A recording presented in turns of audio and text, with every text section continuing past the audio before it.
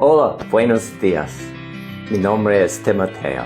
Good morning. I'm the Reverend Tim Kutzmark, and I serve gratefully as minister of the Unitarian Universalist Church here in Fresno, California. Welcome to all.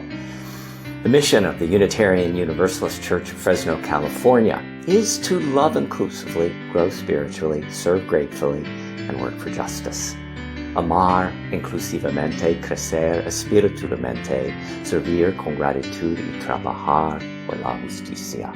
I'm so glad you're here this morning for our service that is entitled The Fourth Turning. Our service will begin in just about 3 minutes, so you've got time to like us on Facebook. That's really important. You have time to share this live feed with all of your Facebook friends, and that just lets folks know that they can come to a place on Sunday morning where we remind you that you are good and that you are loved. Time for a bio break, a little stretch of the legs, and we'll see you back in 3 minutes for the start of today's service. See you soon.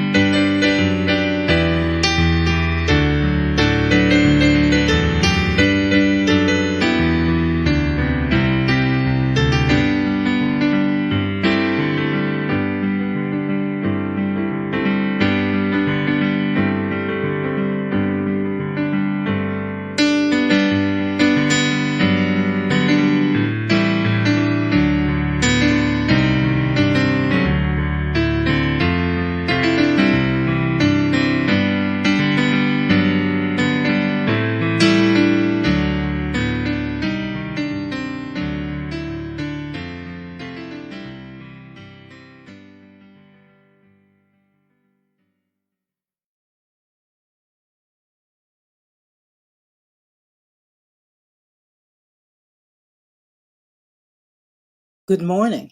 Welcome to the Unitarian Universalist Church of Fresno, California. Hola, buenos dias. Mi nombre es Ida Jones. I'm Ida Jones, and I serve gratefully as president of your board of trustees. If you walk up the front walkway to our sanctuary in Fresno, the first word you see on a plaque embedded into the cement is amor, love. El amor es la doctrina de esta iglesia. we affirm that love is the doctrine of this church. As you walk further up the walkway, you'll see additional plaques with all the words of our church covenant, the promise that we make to each other, to Fresno, and to the Central Valley. El amor es la doctrina de esta iglesia. We affirm that love is the doctrine of this church, the quest for truth is its sacrament, and service is its prayer.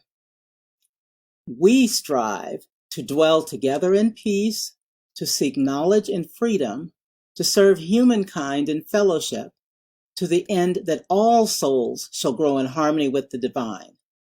Thus do we covenant with each other. Esto es lo que pactamos unos con otros.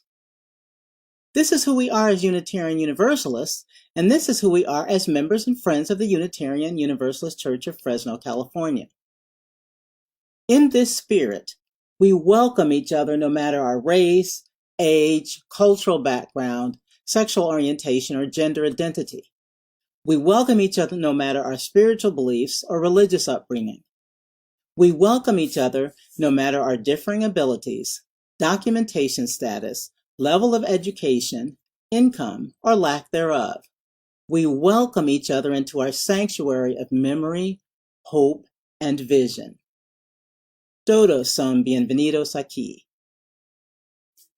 How do we as Unitarian Universalists translate that love into justice? Well, before March of this year, some were greeters at the sanctuary, teachers of our youth, coordinators of the worship service, operators of technical equipment, and deliverers of information about spiritual, social, and physical self-improvement. Since March, when we moved to virtual church services, we've continued our unwavering commitment to love and justice, although the method has changed. For example, as a church, we've attended Black Lives Matter vigils safely by wearing masks and social distancing. At the town hall meeting this past Thursday, members gave additional examples of actions showing our continued commitment to love and to justice. Some of us provide individual and group support to other Unitarian Universalist friends and members through virtual chalice circles and through phone calls. Some of us participate in and are prepared to engage in even more letter writing and phone call campaigns to get out the vote. Some of us participate in virtual marches and rebellions for racial justice and climate change. Some of us attend virtual meetings to advocate for changes in policing practices and policies. In other words, even during this pandemic, in the words of songwriters McFadden and Whitehead, there ain't no stopping us now. We're on the move. We've got the groove. As Unitarian Universalists, we've continued to show our commitment to our covenant and to the 7 principles of Unitarian Universalism. These principles are the core of our beliefs and drive our actions. Now we join Reverend Tim for the start of our service.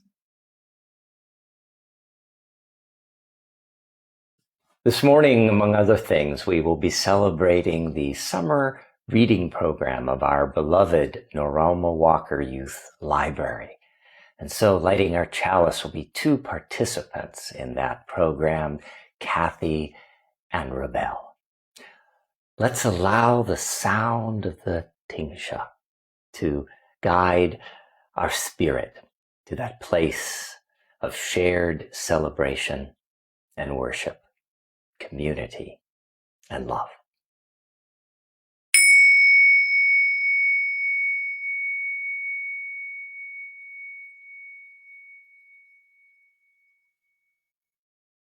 Good morning. I'm Kathy Boudneau Johnson, and I'm a member of the Norelma Walker Youth Library Committee.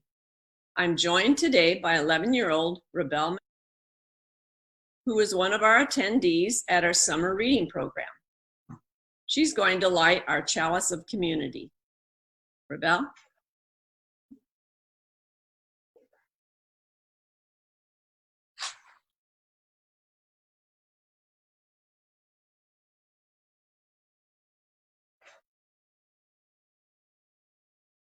Thank you. Today, I would like to dedicate the lighting of our chalice to our children, youth, and young adults who are readying themselves to begin a school year in the midst of COVID-19. I know that they will rise to the challenges of online instruction, learn to thrive in a changed educational environment, and be willing to try new methods in order to keep learning.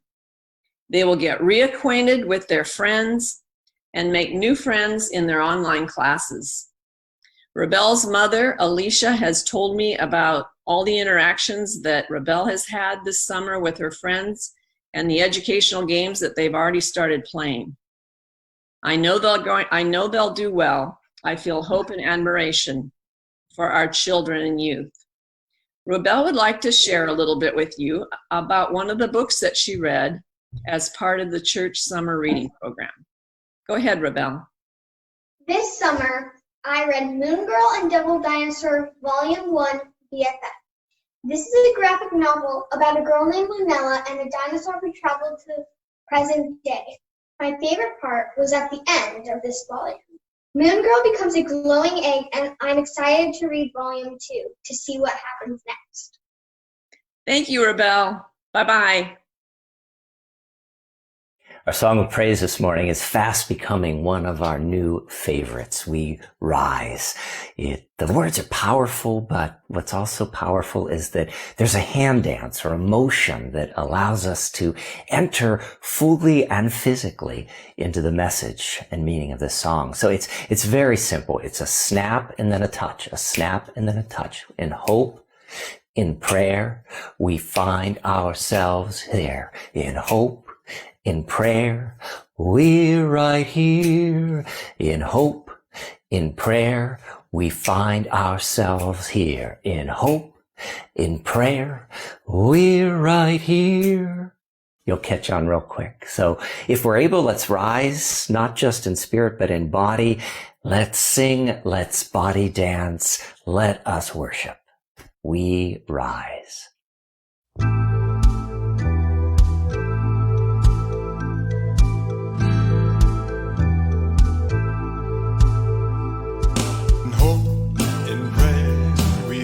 Ourselves here in hope, in prayer, we're right here.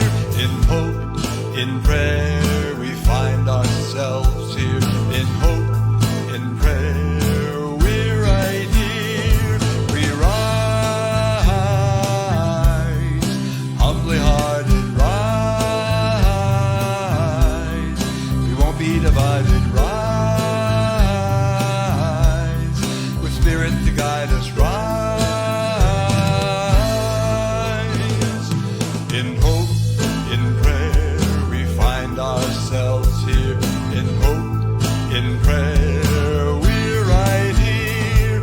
In hope, in prayer, we find ourselves here.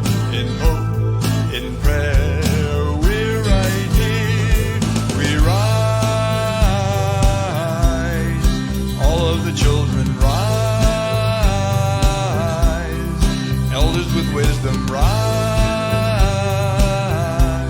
ancestors surround us, rise. In hope, in prayer, we find ourselves here. In hope, in prayer, we're right here. In hope, in prayer, we find ourselves here. In hope, in prayer, we're right here. We from the wreckage rise, with tears and with courage rise.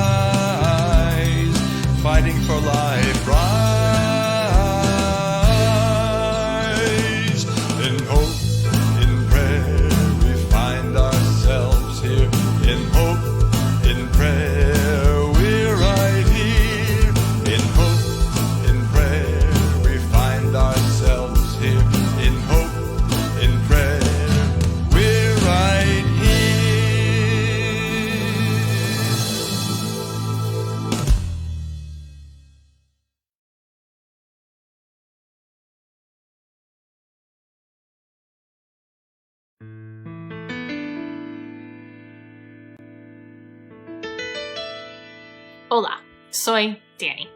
Howdy friends, Dani here. And today, for our Time for All Ages, we're going to talk about the power of story. Stories inspire us. They take us to different places. They teach us new ideas and empathy. But, as the children's bookshop owner Kathleen Kelly says in You've Got Mail, when you read a book as a child, it becomes a part of your identity in a way that no other reading your whole life does. The stories we read and hear as children become pieces of who we are. I myself remember learning hope from Joseph in his coat of many colors, from my dad in his pickup while I was waiting for daycare. And I remember discovering a sense of adventure with animorphs in my tree fort. Lessa and Rameth of Pern taught me the power of determination when facing adversity. And Roll of Thunder, Hear My Cry opened my mind to the world of injustice outside of my narrow worldview. When, like all teens, I struggled to find community and a place to belong, I found comfort in the fandoms of Star Wars, Harry Potter, and DC Comics.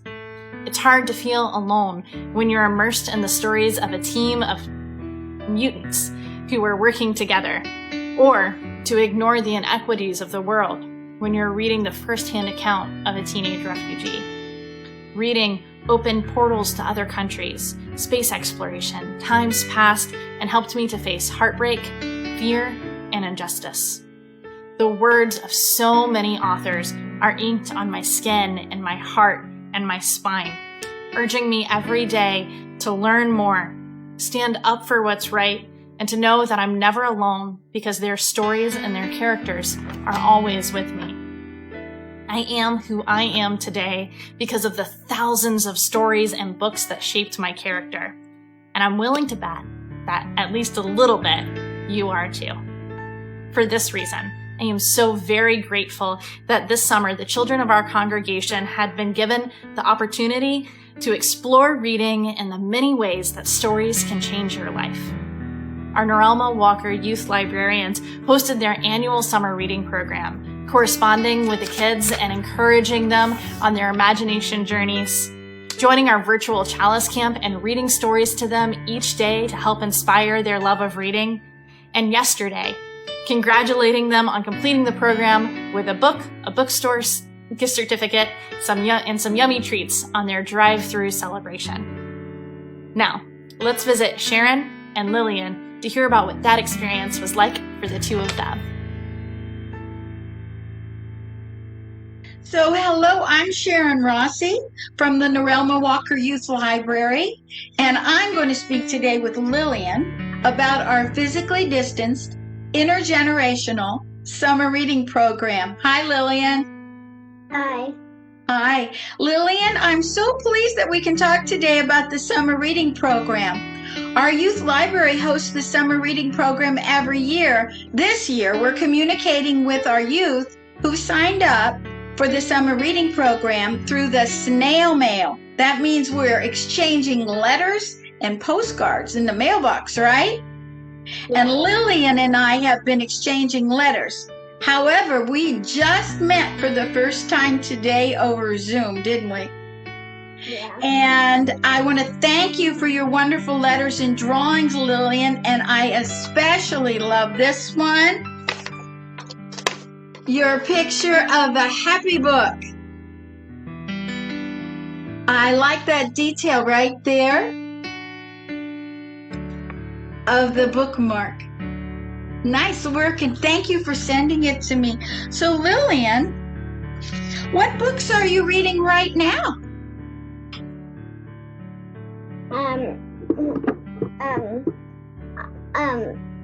I'm reading Rent. Oh, Spirit, look at Spirit there. Spirit riding free. Can you tell me a little bit about that story? This story is about a clown. This is a clown who travels all around the state with her horse and with her and she's a clown, and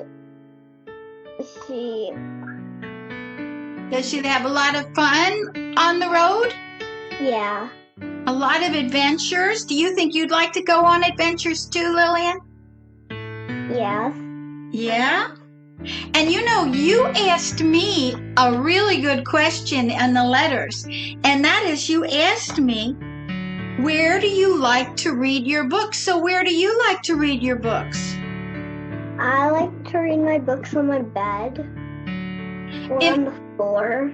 Oh, I'm looking around the room that you're in. I really love all those books that you have. Is that your room too? Yeah. Oh, how fun.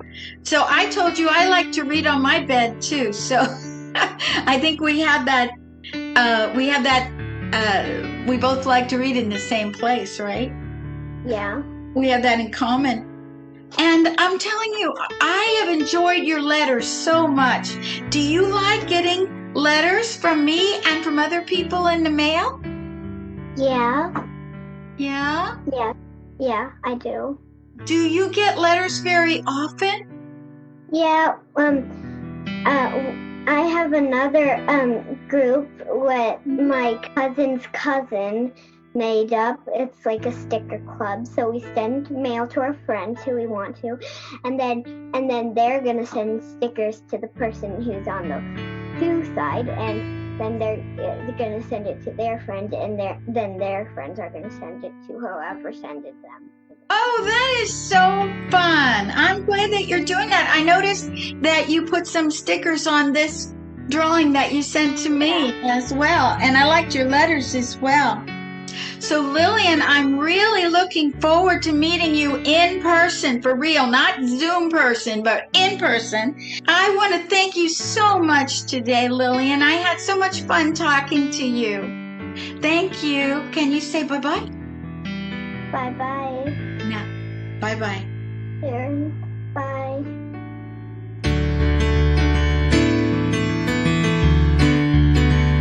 Oh, we give thanks, for this precious day, all gathered here, and those far away, for this time we share, with love and care, Oh, we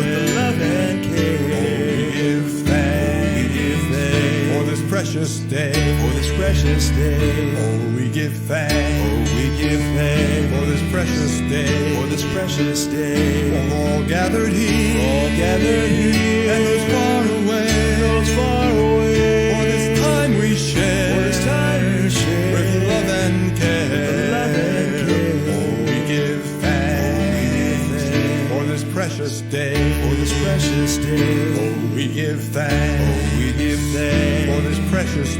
for this precious day, all gathered here, and those far away, for this time we share, with love and care, Oh, we give thanks, for this precious day,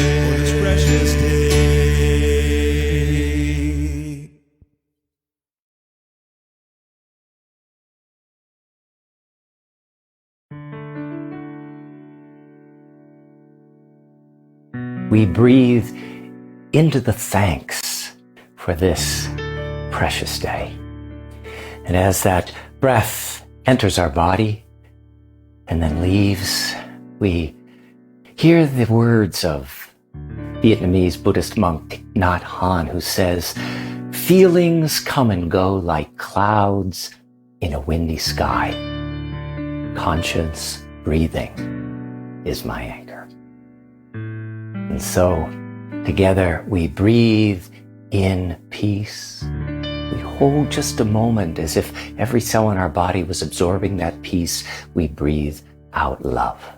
And again, we breathe in peace. We hold, we absorb, we release the breath as we breathe out love.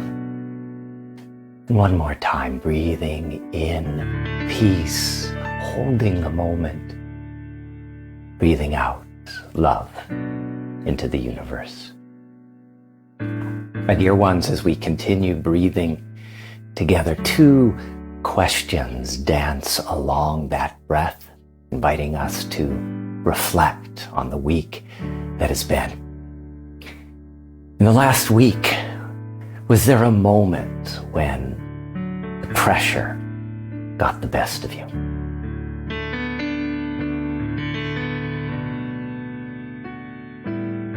And as we breathe, another question dances on the breath. What do you need from the universe, God, higher power, or yourself to step more fully into the new week as it unfolds before you?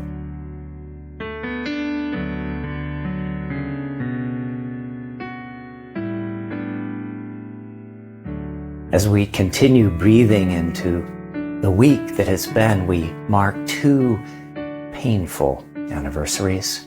The first on Monday, the first anniversary of the massacre in the Walmart in El Paso, Texas, where a person filled and fueled with racial hatred hunted down and killed 23 Latinos who were simply living their lives. 75 years ago, on Friday, the anniversary of an unspeakable act against women, children, and men. A nuclear bomb incinerating a city, destroying people's lives, and unleashing a new time of nuclear weapons.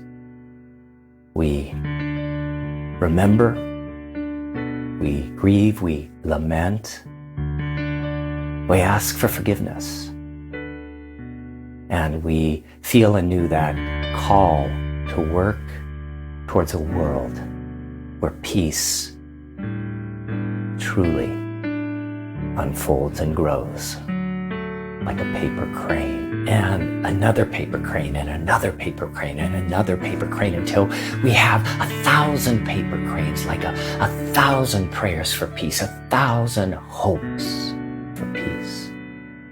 If you'd like to add your voice and your paper crane of peace, you could just type the letter P in the comment box. Just type the letter P. And as your hopes for peace flow through your fingertips, we breathe ourselves away from the larger international here to the beloved community of the UU Church of Fresno. And this is our time of sharing joys, concerns, sorrows, and gratitudes. If there's something that you brought to our service today, either filling your heart with happiness or with sadness, concern, or gratitude, just type that into the comment box, sharing it here in the intimacy and in the gentle embrace of this spiritual community. If you're sharing about someone else, please don't use a last name so that we protect their privacy. And as we share, we also lift up the names of our beloveds, those who we cherish, who are facing challenges with health or mobility. We especially lift up Jo F. as she continues in hospice care, and we surround our beloved April B. with love and light and hope and strength.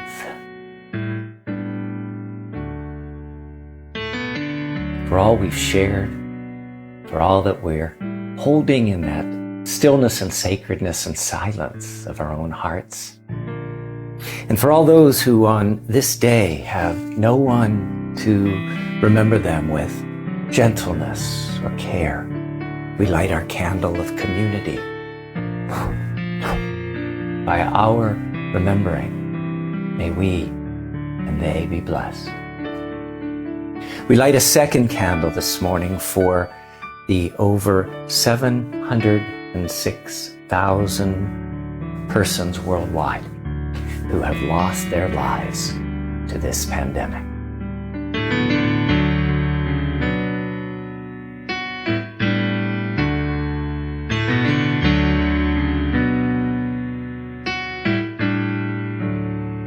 When I breathe in, I'll breathe in peace. When I breathe out, I'll breathe out love. Quando respiro paz. Quando exhalo amor. When I breathe in, I'll breathe in peace. When I breathe out, I'll breathe out love. Quando respiro paz. Quando exhalo amor. When I breathe in, I'll breathe in peace. When I breathe out, I'll breathe out love. Quando respiro paz. Quando exhalo amor.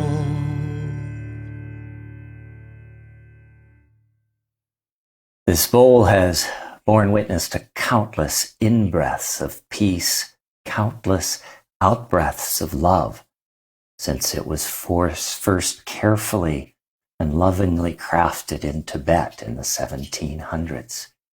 This morning, our breathing in peace and breathing out love links us to that long lineage of mindfulness.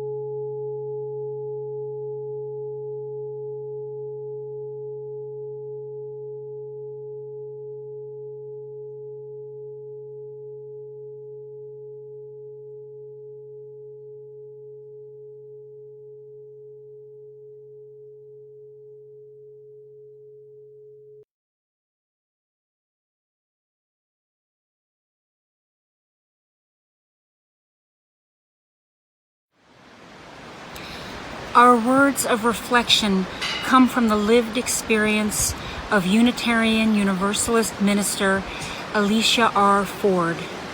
She was born and spent her formative years in Trinidad and Tobago. She identifies as an African descent, queer, cisgender female.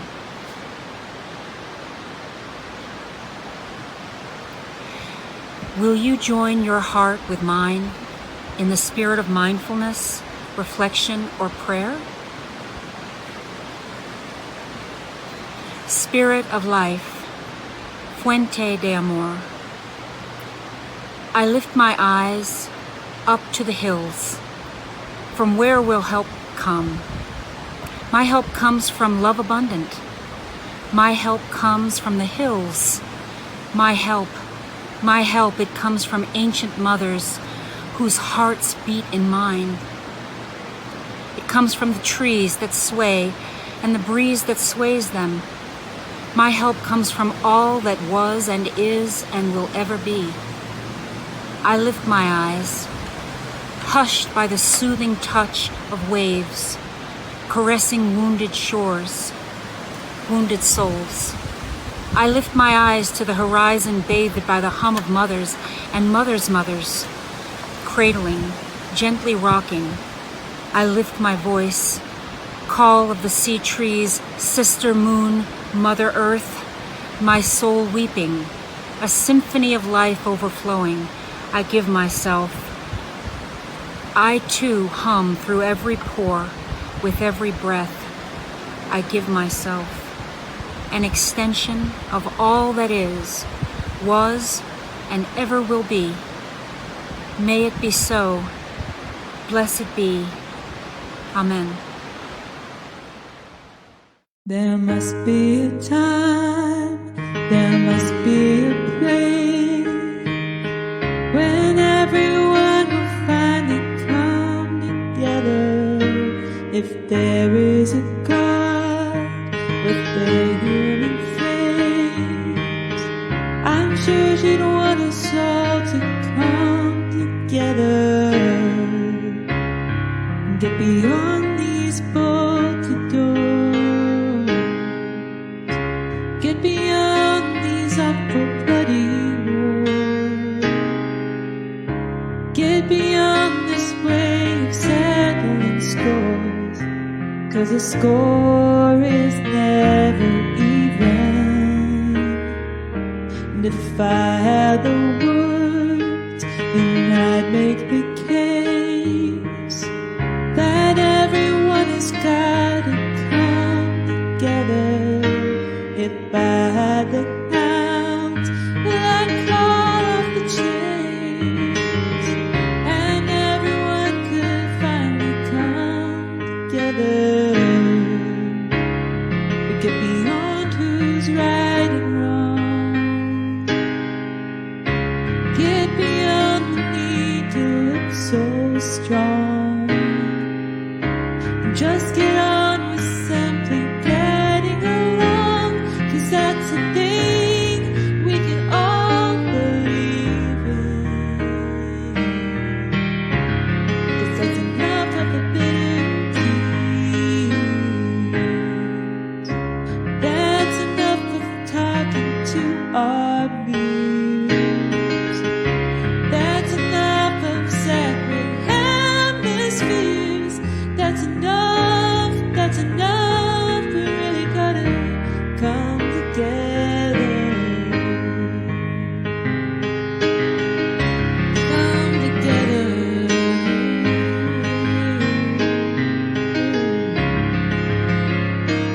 Oh yeah. Gotta find a way. Come together.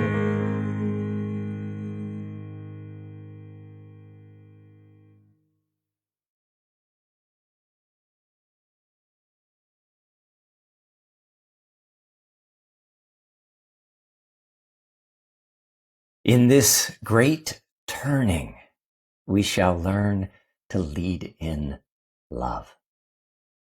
I love them.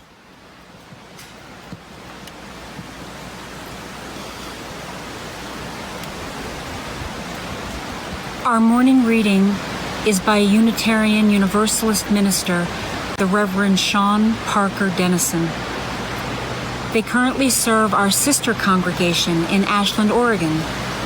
Reverend Dennison is the co-founder of Trust, TRUUST, an organization for transgender UU religious leaders. They are also an artist, parent, poet, and grandparent. This is How to Survive the Apocalypse by Sean Parker Dennison. First, learn to listen, not only for enemies around corners and hidden places, but for the faint footsteps of hope and the whisper of resistance. Hone your skills, aim your heart toward kindness, and stockpile second chances. Under the weight of destruction, we will need the strong shelter of forgiveness and the deeper wells that give the sweet water of welcome. We have a place for you. When the world ends, we must not add destruction to destruction, not accept a beggar's bargain, to fight death with more death. In order to survive the apocalypse, any apocalypse at all, we have to give up the counterfeit currency of self-sufficiency, the mistaken addiction to competition, the lie that the last to die has somehow survived.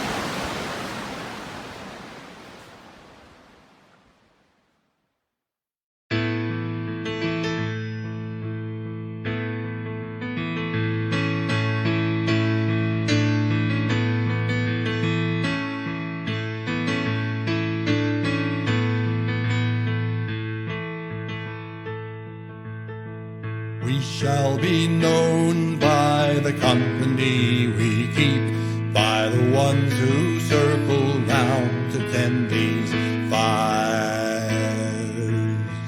We shall be known by the ones ones who sow and reap the seeds of change alive from deep within the earth.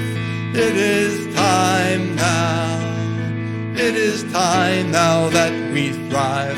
It is time we lead ourselves into the well. It is time now, and what a time to be alive. In this great turning we shall learn to lead in love. In this great turning we shall learn to lead in love. We shall be known by the company we keep, by the ones who circle round to tend these fires. We shall be known by the ones who sow and reap the seeds of change alive from deep within the earth. It is time now, it is time now that we thrive. It is time we lead ourselves into the well. It is time now, and what a time to be alive. In this great turning we shall learn to lead in love. In this great turning we shall learn to lead in love.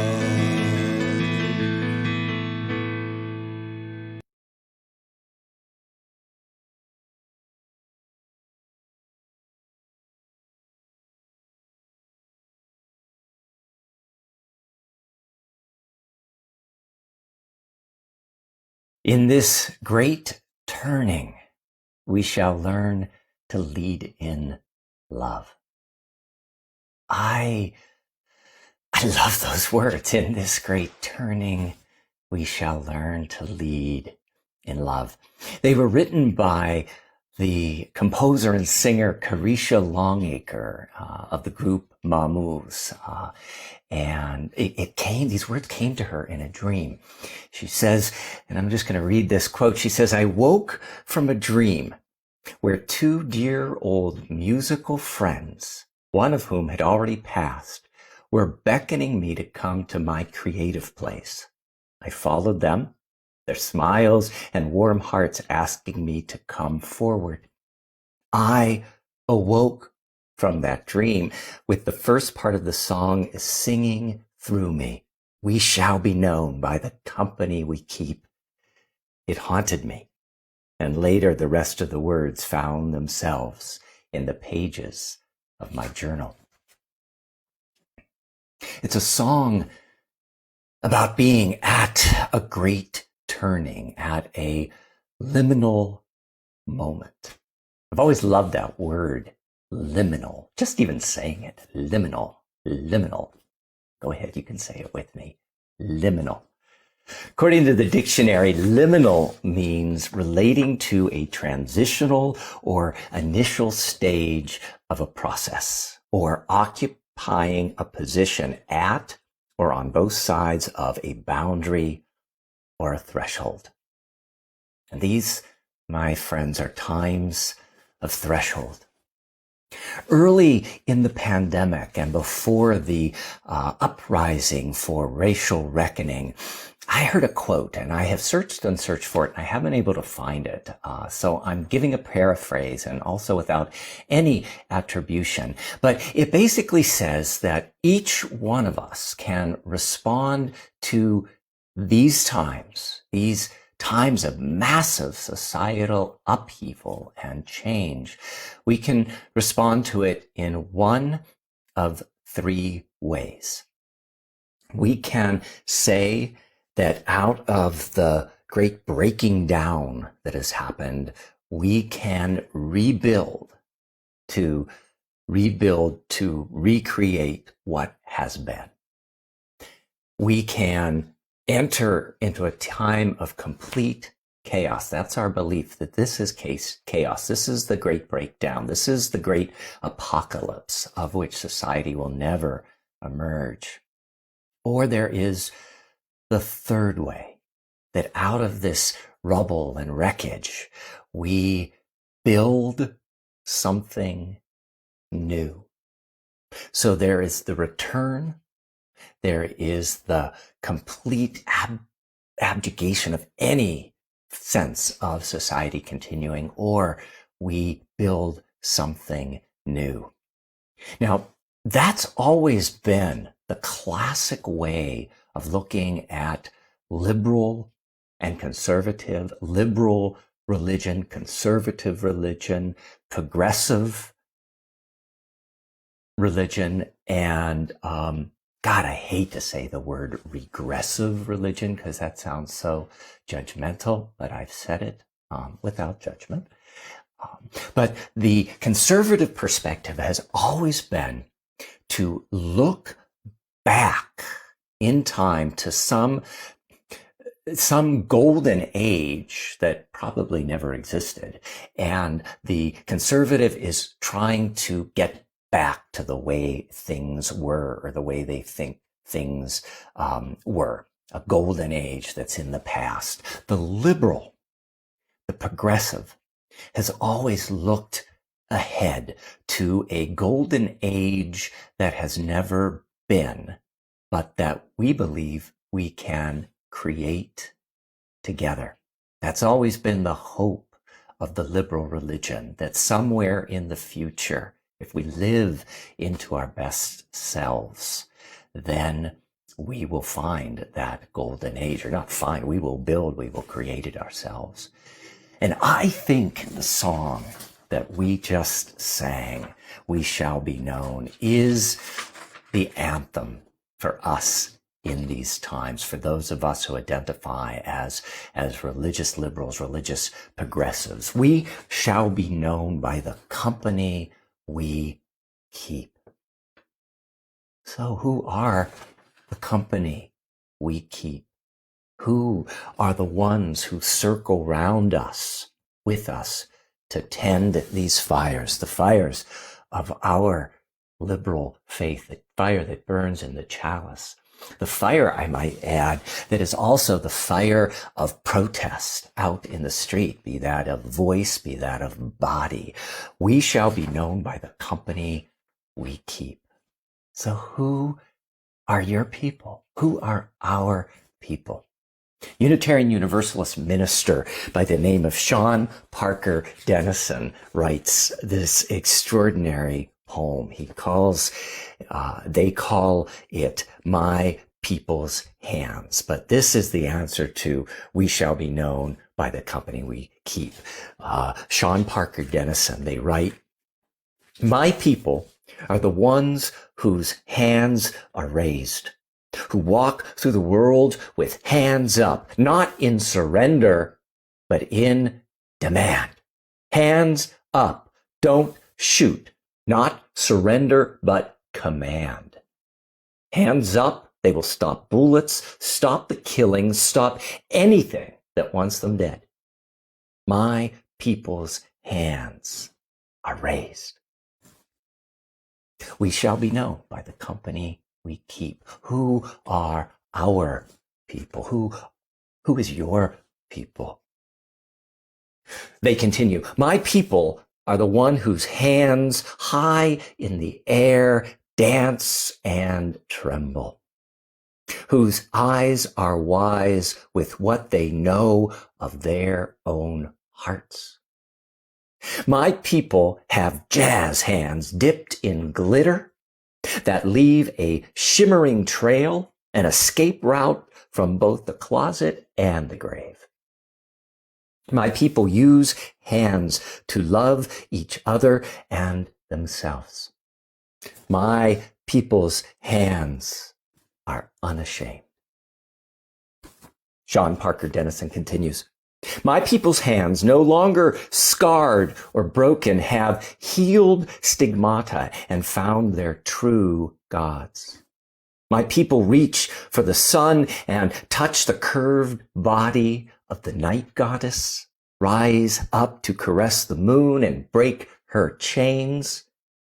My people's hands worship of their own free will, care nothing for the insecure demands of false idols.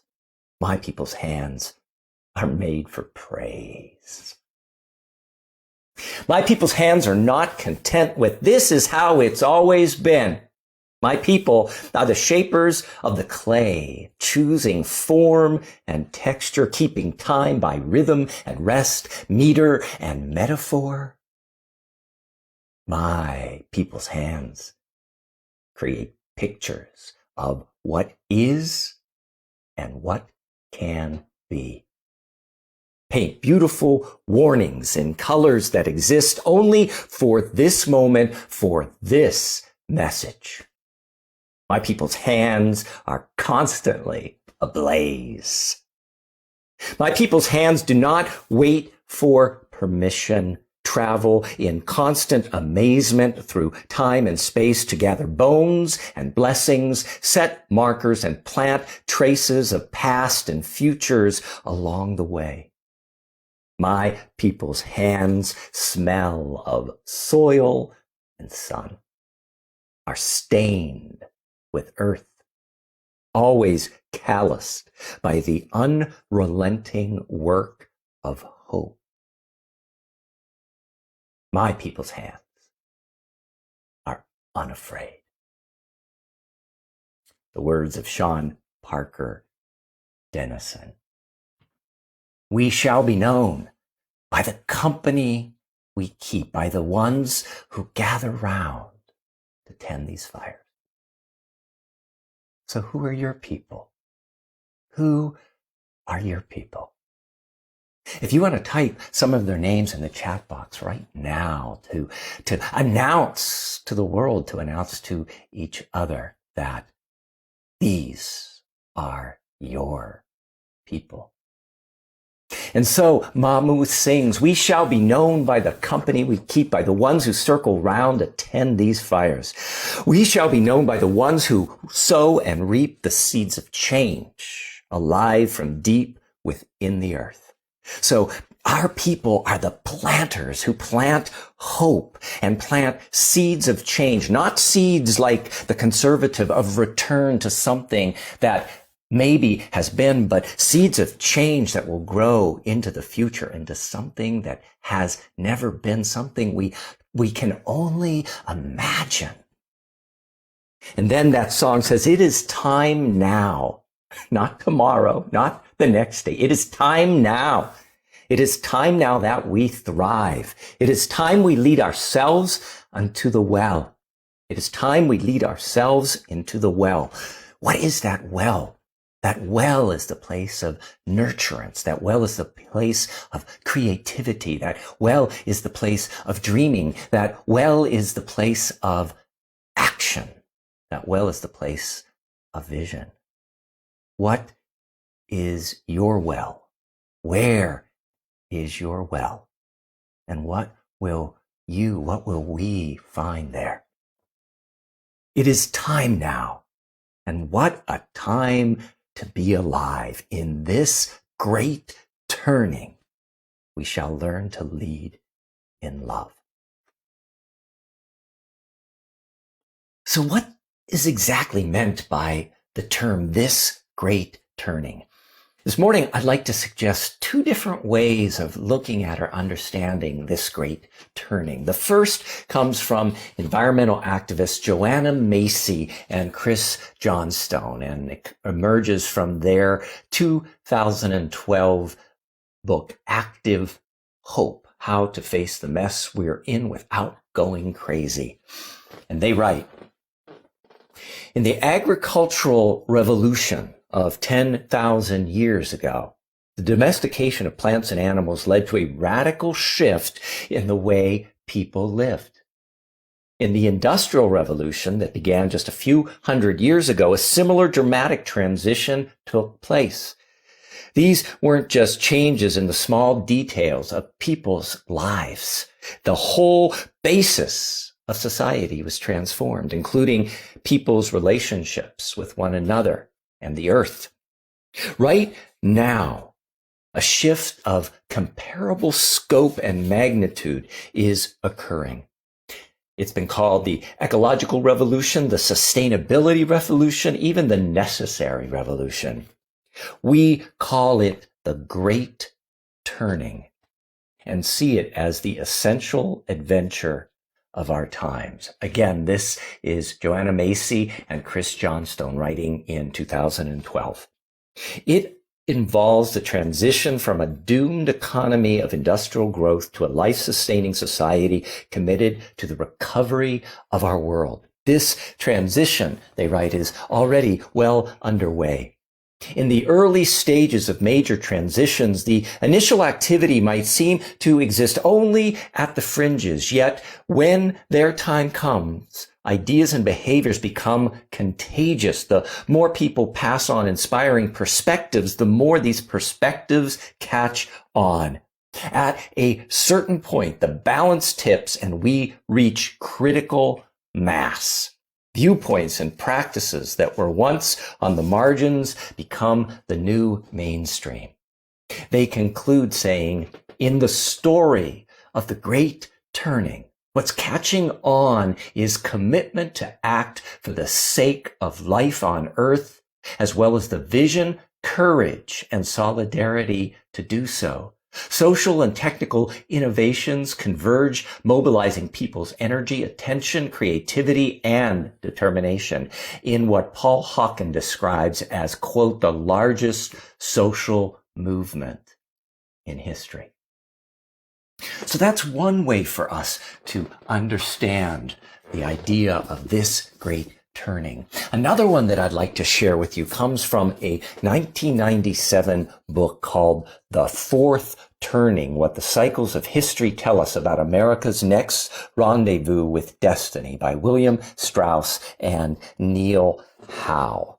So Strauss and Howe propose that American history moves in 80-year cycles, broken into 4 distinct parts. And I'm going to be quoting an article written by 13D Research.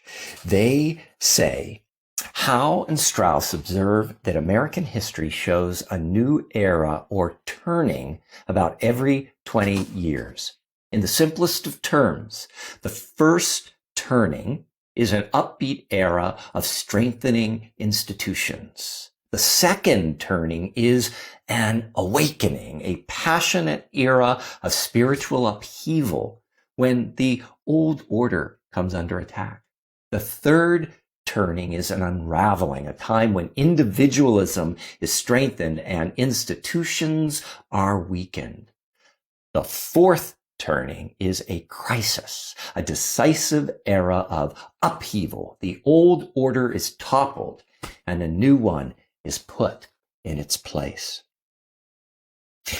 So the first of these great fourth turnings was the American Revolution. The second was the Civil War. The third was the twin fourth turnings of World War II and the Great Depression.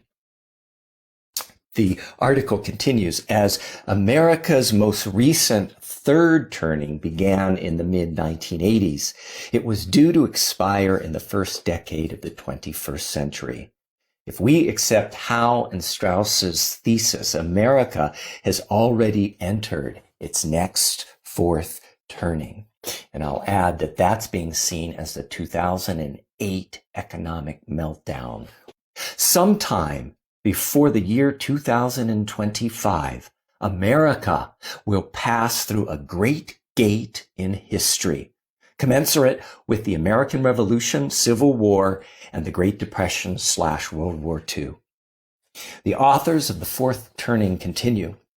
The risk of catastrophe will be very high. The nation could erupt into insurrection or civil violence, crack up geographically, or succumb to authoritarian rule. Howe and Strauss caution that Americans can be expected to encounter personal and public choices that are equal to the harshest ever faced by prior generations. And so we return to that song lyric, in this great turning, the great turning, the fourth turning, as we learn to lead in love, as we learn to lead in love. What does it mean to learn to lead in love? We could have sermon after sermon about that. But I want to return to words that Tina shared earlier in the service, words from Unitarian Universalist Minister Sean Parker Dennison. These are some suggestions for us in this great turning, in this fourth turning, how we learn to lead in love. They write, first, learn to listen. Not only for hidden enemies around corners in hidden places, but for the faint footsteps of hope and the whisper of resistance. And I would say, now that is not a whisper of resistance. It is an anguished and powerful cry of transformation. They continue, hone your skills, aim your heart toward kindness. I love that. Aim your heart towards kindness and stockpile second chances.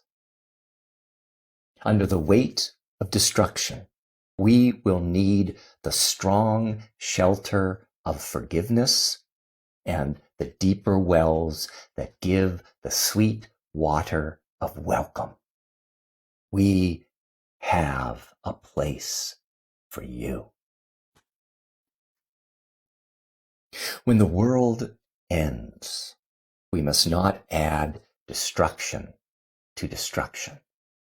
In order to survive, we have to give up the counterfeit currency of self-sufficiency, the mistaken addiction to competition, the lie that the last to die has somehow survived.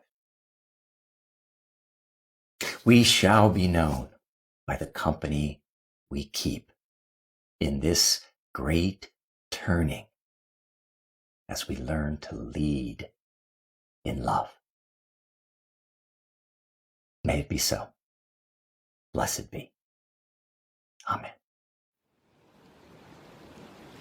We shall be known by the company we keep, by the ones who circle round to tend these fires. We shall be known by the ones who sow and reap the seeds of change alive from deep within the earth. It is time now. It is time now that we thrive. It is time we lead ourselves into the well. It is time now, and what a time to be alive. In this great turning we shall learn to lead in love.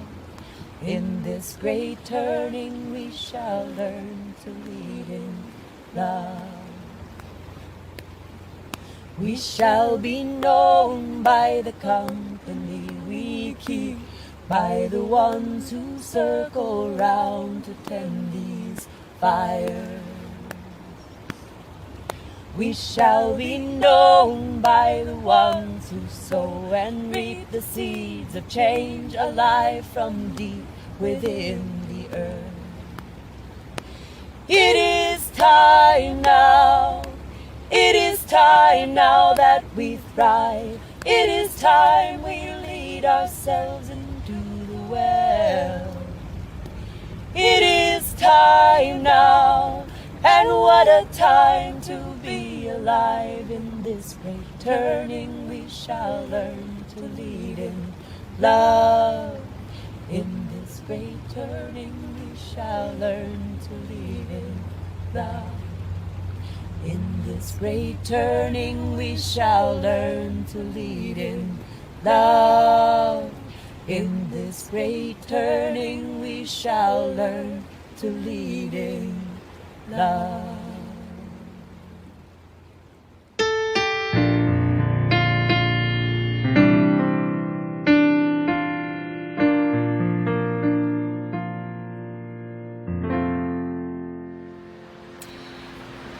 Good morning. I'm Tina Botts, and welcome again to my vacation spot in Sedona, Arizona. I'm pleased to be an active member of the congregation, often participating in Sunday worship services, and also serving gratefully as the facilitator of our Sunday night Chalice Circle. Chalice Circle is our congregation's small ministry program of personal spiritual reflection and connection with other members and friends of the church. We meet twice monthly to get to know each other and ourselves better. Becoming a part of the Chalice Circle is the easiest way to feel like you belong here, even as we meet virtually. As we just heard in musical anthem, "We shall be known by the company we keep." If you become a part of a Chalice Circle, I promise that you will be in good company indeed. If you want to know more about this program or any of our programs, just email us at connections@uufresno.org. That's connections@uufresno.org. Continuing our programs, creating our online Sunday services, sustaining our social justice witness in the larger community, and retaining our hardworking staff requires those of us who are able to give a little extra financial support to do so. Each Sunday we reach into your homes, bringing you words of hope, inspiration, challenge, and love. Each Sunday we need you to reach back toward us, offering your dollars and your sustenance. We make it so simple for you to share: PayPal, Cash App, credit card, or a check in the mail. How you give doesn't matter. What you give does matter. Please join in our call to offering. If not us, then who? If not open hearts, then what? If not now, then when? If not here, then where? If not generously, then how? If not us, then who? Thank you for saying yes.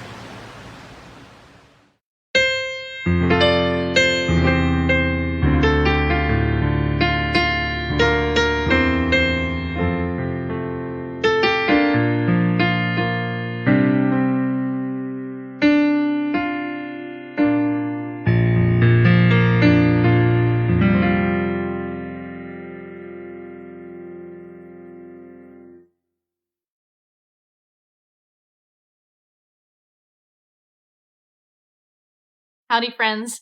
Dani here, and I'm back with the reveal of Reverend Tim's Sunday socks.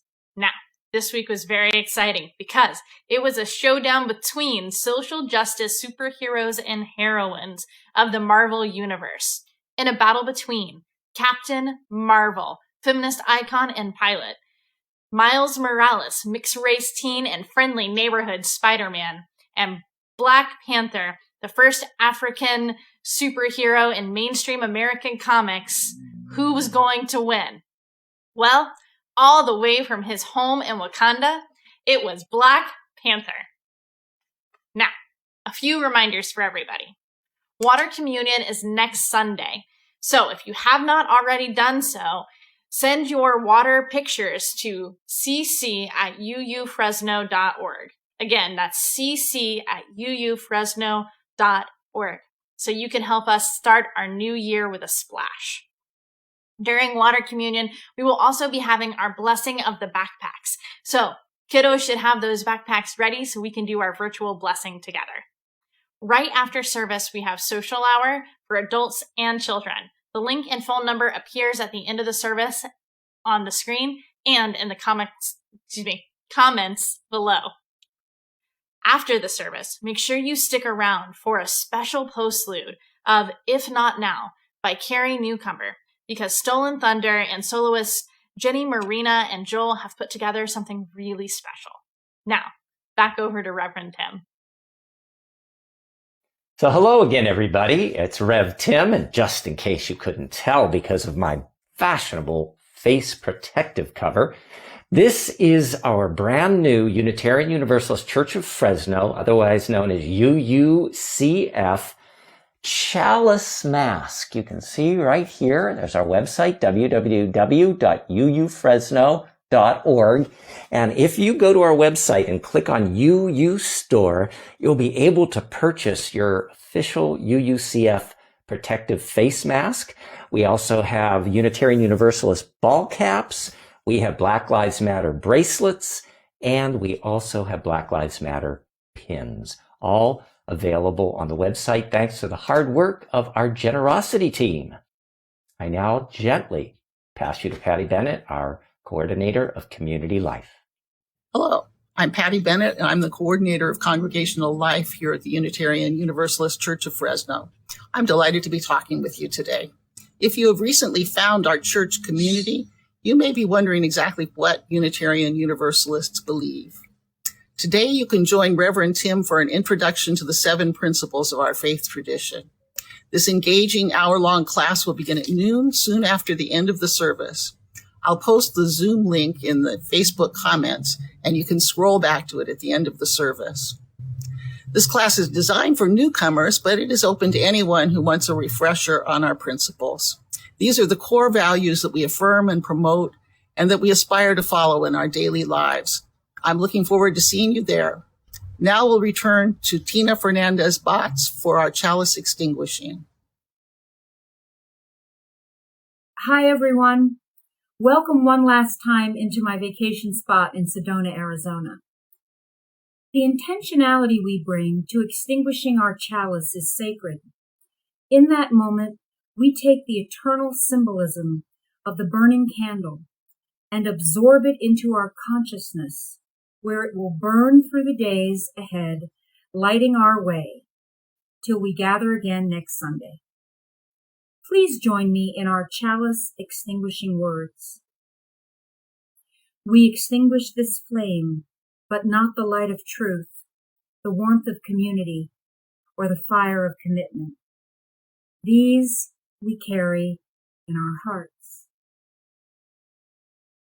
Extinguimos esta llama, pero no la luz de la verdad, el calor de comunidad o el fuego de nuestro compromiso. Estos los llevaremos en el corazón.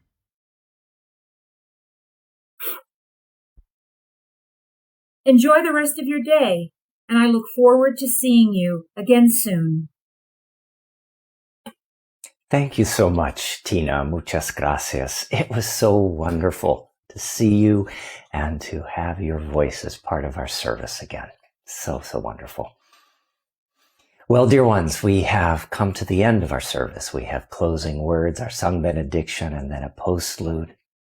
And so I invite us to take our hands, our precious human hands, and place them gently over our hearts. The closing words are from Eric Williams. We all emerge from, dwell within, are transformed by, and called back to love.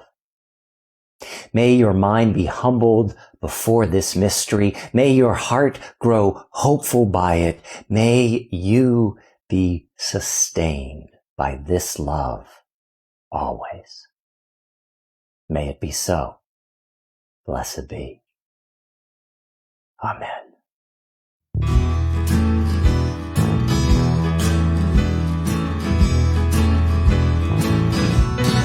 May we have safe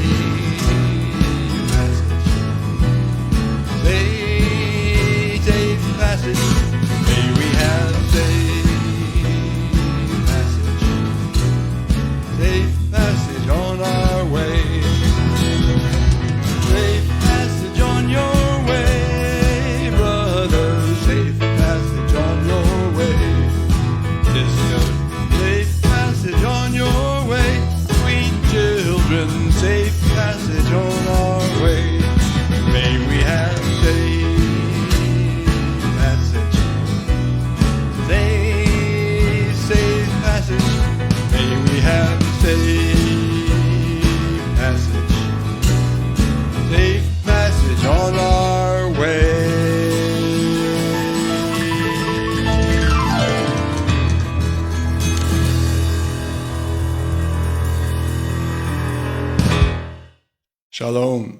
Assalamu alaikum.